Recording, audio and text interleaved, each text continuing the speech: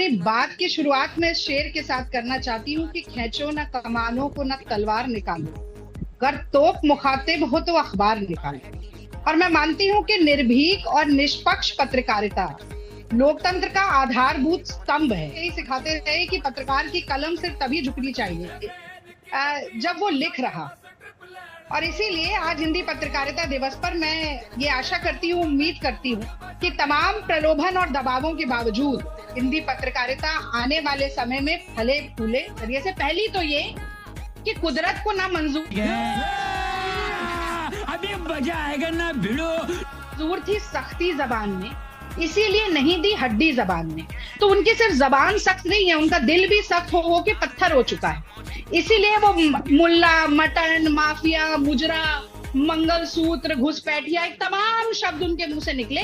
और दूसरा गुण, मुखिया मुख सो चाहिए, खान पान सब एक, पाले पोसे सकल अंग तुलसी सहित विवेक। तो सबका साथ सबका विकास खुद मोदी जी का दिया हुआ नारा आज देश का सबसे झूठा और सबसे बनावटी नारा हो गया है। अंजना जी, आज हिंदी पत्रकारिता दिवस है, तो अपनी बात की शुरुआत में शेर के साथ करना चाहती हूँ कि खींचो न कमानों को न तलवार निकालो, अगर तोप मुखातिब हो तो अखबार निकालो।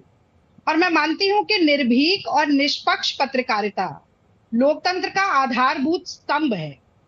और ये मैं ऐसा इसलिए भी कह रही हूँ कि मेरे पिताजी स्वयं पत्रकार रहे और वो बचपन से यही सिखाते रहे कि पत्रकार की कलम सिर्फ तभी झुकनी चाहिए जब वो लिख रहा।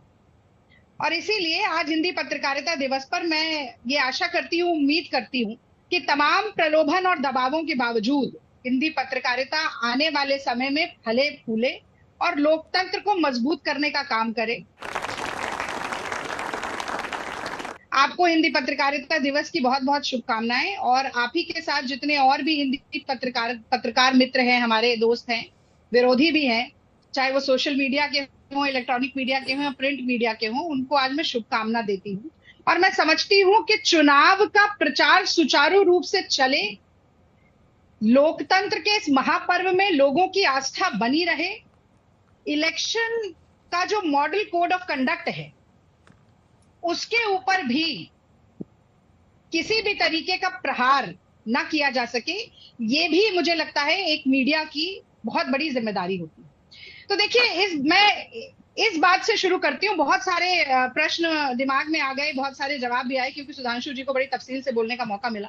तो देखिए, कहा जाता है कि स्वांग रचाता है वही जिसके मन में चोर है, सत्य मौन रहता सदा, झूठ मचाता शोर है। वो ट्रेलर है।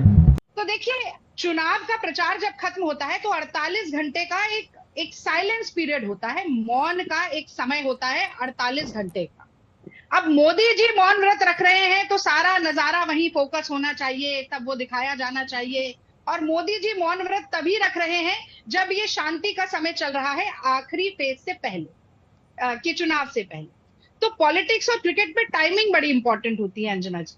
और मुझे लगता है कि न सिर्फ हम जो प्रवक्ता आपके टेलीविजन पर शो पर आकर बात करते हैं, बल्कि जो आपके दर्शक भी हैं, वो ये बात भली भांति समझते हैं कि प्रचार परोक्ष रूप से और प्रत्यक्ष रूप से किस तरह से किया जाता है। और ये सुधांशु जी कह रहे थे कि सनातन की समझ नहीं है, धर्म की समझ नहीं है, देश की समझ नहीं है, भला भला भला भला भला। तो भैया, सनातन की समझ तो ये भी कहती है कि मन चंगा तो कठौती में गंगा। सनातन की समझ तो ये भी कहती है सिया राम मैं सब जग जानी, करहूं प्रणाम जोरी जुग पानी। सनातन की समझ तो ये भी कहती है कि निर्मल मन जन सो मोहि पावा, मोहि कपट छल छिद्र न भावा। यानी कि अगर आपके मन में चोर है, कपट है, झूठ, फरेब, पाखंड और जुमलों का आप प्रयोग करते हैं तो ना आपको प्रभु मिल सकते हैं और ना ही आपको जनता जनार्दन मिल सकते हैं। अरे यार, तुम लोग इंग्लिश की बहुत प्रॉब्लम रखते हो यार। हाउ आर यू मतलब कौन हो तुम? अच्छा अच्छा, ऐसे आ रहे हो। तो वो कहा जाता है कि 900 चूहे खाके अब अगर ध्यान लगाया जाएगा तो जितनी भी देवी माँ के नाम सुधांशु जी ने लंबी फहरिस्त में गिनाए हैं उनमें से कोई नहीं मिलेगा। और चूंकि डिबेट का विषय ये ध्यान के अलावा एक और भी बात है, आज मनमोहन सिंह जी ने बड़ी साफगोई से 3 बातें कही प्रधानमंत्री मोदी जी के बारे में, मैं उसका भी जिक्र जल्दी से कर देना चाहती हूँ। सबसे पहली बात, एक पत्र लिखकर मनमोहन सिंह जी ने ये कहा कि इस देश में शुद्ध रूप से बांटने की राजनीति करने की मंशा से सबसे नफरती भाषण देने का काम पूरे चुनाव में नरेंद्र मोदी जी ने किया। कैमरामैन जल्दी फोकस करो। दायरे में सिमट के आया है, हर रवायत से हट के आया है, आंधियों को जरा खबर कर दो, बब्बर शेर वापस पलट के आया है। नमस्कार मोदी जी, थोड़ा सा घबराए गए क्या? दूसरी बात उन्होंने कही कि विपक्ष और एक खास समुदाय को निशाने पर रखने के लिए असंसदीय, अमर्यादित और विद्वेषपूर्ण शब्दावली का प्रयोग मोदी जी ने किया है। और इसके चलते भारत के पहले प्रधानमंत्री मोदी जी बने हैं जिन्होंने न सिर्फ प्रधानमंत्री पद की गरिमा को, बल्कि भाषण देने की जो एक सार्वजनिक शोभनीयता होती है उसको सबसे निचले पायदान पर पहुंचा दिया। और मैं समझती हूं कि ये बात 100% सही है और 16 आने खरी है। दो बातें अंजना जी, एक और बात, दो बातें मैं जल्दी, नहीं एक मिनट मैं जल्दी से दो बातें और जोड़ दूंगी, फिर आप चली जाइएगा। देखिए, मुझे लगता है मोदी जी कोई और शो देखते हो ना हो, अभी तो मौन व्रत होगा उनका, पता नहीं नहीं देख पाएंगे, पर आपका शो जरूर देखते होंगे, बड़ा लोकप्रिय शो।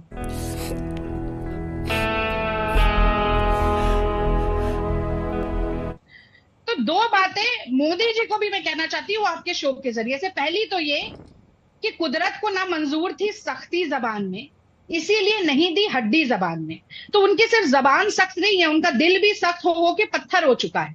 इसीलिए वो मुल्ला, मटन, माफिया, मुजरा, मंगलसूत्र, घुसपैठिया, एक तमाम शब्द उनके मुंह से निकले और जुबान से निकली हुई बात कभी वापस नहीं आती। इस बार लोगों ने पकड़ लिया है और जो वो कहते थे ना जनता माफ नहीं करेगी, वो उलट मासी हो रही है। हाँ। और वो वापस आने वाली है।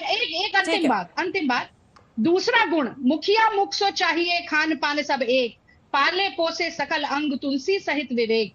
तो सबका साथ सबका विकास खुद मोदी जी का दिया हुआ नारा आज देश का सबसे झूठा और सबसे बनावटी नारा हो गया है, क्योंकि सबसे बड़ी दुभांति करने का काम अगर किसी ने किया है तो वो मोदी जी ने किया है। अरे हाँ भाई हाँ। अति का भला न बोलना, अति की भली न चूक, अति का भला न बरसना, अति की भली न धूप। तो देखिए, प्रधानमंत्री नरेंद्र मोदी जी तो बहुत बड़ बोले हैं, वही बहुत ही बोलते हैं, बोल बच्चन है। बोलते बोलते देश के प्रधानमंत्री ये भी बोल गए कि राष्ट्रपिता महात्मा गांधी की कोई अंतर्राष्ट्रीय पहचान ही नहीं थी, वो बिल्कुल लोकप्रिय व्यक्ति नहीं थे, उन्हें कोई जानता ही नहीं था 1982 तक, जबकि रिचर्ड एटनबरो की फिल्म बनी गांधी, उसके बाद गांधी के बारे में लोगों को पता चला, उससे पहले जानते ही।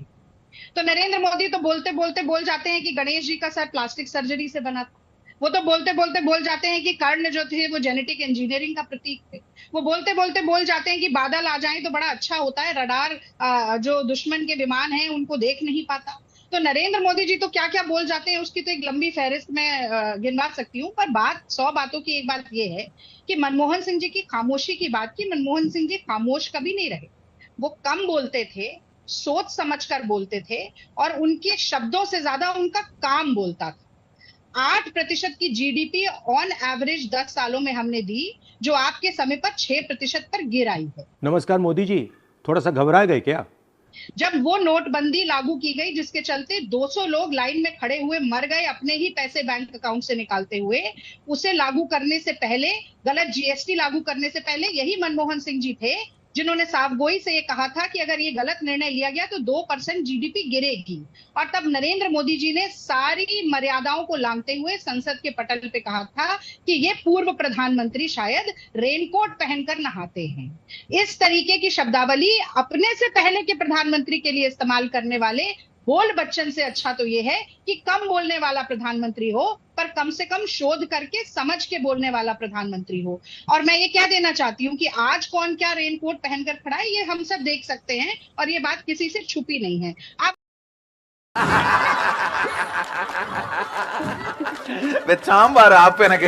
आ जाते हैं फ्रीडम ऑफ स्पीच पर। मैं ये भी बता देती हूँ, अगर अनब्राइडल्ड फ्रीडम ऑफ स्पीच होती ना तो माँ से मंगलसूत्र, माँ से मटन, माँ से मछली, माँ से मुल्ला, माँ से मुसलमान, माँ से मंदिर। एक काउंटर क्वेश्चन है रागिनी, प्लीज पूरा काउंटर क्वेश्चन नहीं, जैसे मैंने उनसे पूछा था आपसे भी पूछूंगी, आपको सुनना पड़ेगा सवाल। आपने कहा रेनकोट वाली बात, सुनिए रागिनी जी, रागिनी जी, लाइन तो पूरी कर रही थी। गोदी मीडिया इतिहास में केवल इसीलिए दर्ज किया जाएगा कि इसने भारत के लोकतंत्र की हत्या करने में भूमिका निभाई। क्या था सुधांशु त्रिवेदी से? आप ही के एक एंकर हैं, आप ही के चैनल के, जो कि सफेद को काला करने का काम करते हैं।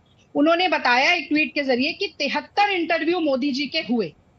वो 73 पत्रकार जो इंटरव्यू ले रहे थे या कुछ ग्रुप में भी ले रहे थे, उनमें से कितनों ने मोदी जी से पूछा कि 10 साल में आपने एक प्रेस वार्ता क्यों नहीं की मोदी जी? हमने हम तो पूछा, आपसे बात करना चाहते थे, हमने आपने पूछा, क्यों नहीं की? आपने पूछा। सुधांशु जी से ये क्यों नहीं पूछा? आप मुझे बोलने तो दीजिए, आप फिर बोलिएगा हर बात पे मतलब आप गलत पे गलत बोले जा रही है रागिनी जी। बोलने तो दीजिए, हमारे इंटरव्यू में हमने पीएम से ये प्रश्न किया है। मुझे अपने घर जाना है, मुझे घर जाना है, मुझे अपने घर जाना है। मैं कह रही हूं कि अगर फ्रीडम ऑफ स्पीच अनब्राइडल्ड आज होती तो नरेंद्र मोदी, जिन्होंने माँ से मंगलसूत्र, माँ से मटन, माँ से मछली, माँ से मंदिर, माँ से मस्जिद, माँ से मुल्ला, माँ से माफिया, माँ से मुजरा तक की बात कर ली, वो अंतिम भाषण में माँ से माँ बहन की गाली दे रहे होते। तो ये फ्रीडम ऑफ स्पीच का दुरुपयोग जब देश का प्रधानमंत्री कर रहा है तो उसकी दुहाई उनके प्रवक्ता बैठकर देते हुए मुझे नहीं लगता कि अच्छे नजर आते हैं। और मैं आपसे ये नहीं कह रही थी कि आपने डिबेट में सुधांशु जी से क्यों नहीं पूछा जो आप सफाई देने लगी। मैं आपसे ये कह रही थी कि आपको ये पूछना चाहिए कि जब मोदी विपक्ष के लिए मुजरा करने जैसे शब्द का प्रयोग करते हैं तो सुधांशु जी को गर्व होता है या शर्म आती है? जब देश के राष्ट्रपिता के लिए मोदी जी झूठा और आपत्तिजनक बयान देते हैं तो इन्हें गर्व होता है या इन्हें शर्म आती है? अभी मजा आएगा ना भिड़ो।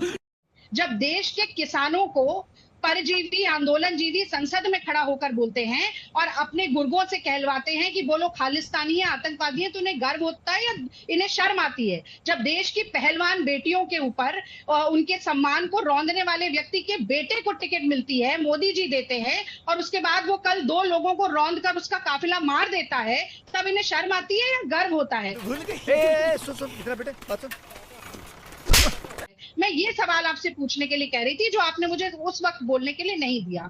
और अब एक बात में, और राम, ये बार बार राम राम राम कर रहे हैं तो मैं वो भी बता देती हूँ। देखिए, जब आप राम राम बोलते हैं ना, हमें तो ये सिखाया गया, क्योंकि हम तो गांधी मार्ग पर चलने वाले लोग हैं, कि धर्म निजी आस्था का मामला है। बार बार राम मंदिर को, राम के नाम को, सनातन धर्म को आप जब चुनावी दलदल में घसीट कर आते हैं तो आप ही राम के नाम को मैला करने का काम करते हैं। आप मुंह में राम बगल में छुरी वाले लोग हैं, और इसीलिए जब आप राम राम राम राम बोलते हैं ना तो आपके मुंह से मरा मरा मरा मरा ही निकलता है। Come closer. What is the sound of one hand clapping? I don't know. What is the sound of one? क्योंकि आपकी मानसिकता ही वही है।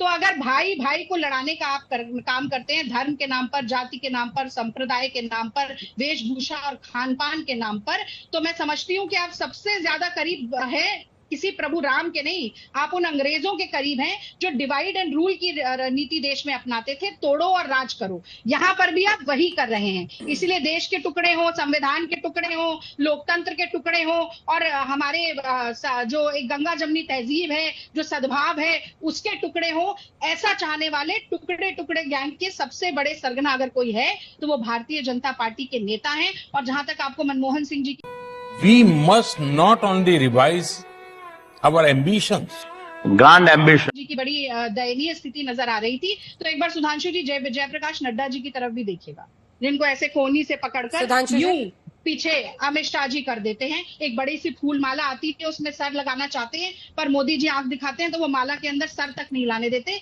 ये आपके वर्तमान के अध्यक्ष की हालत। ठीक है।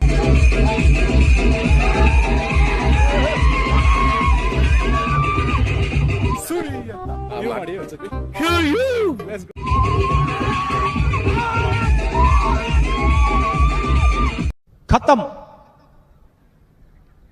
Bye bye, tata, good bye, गया।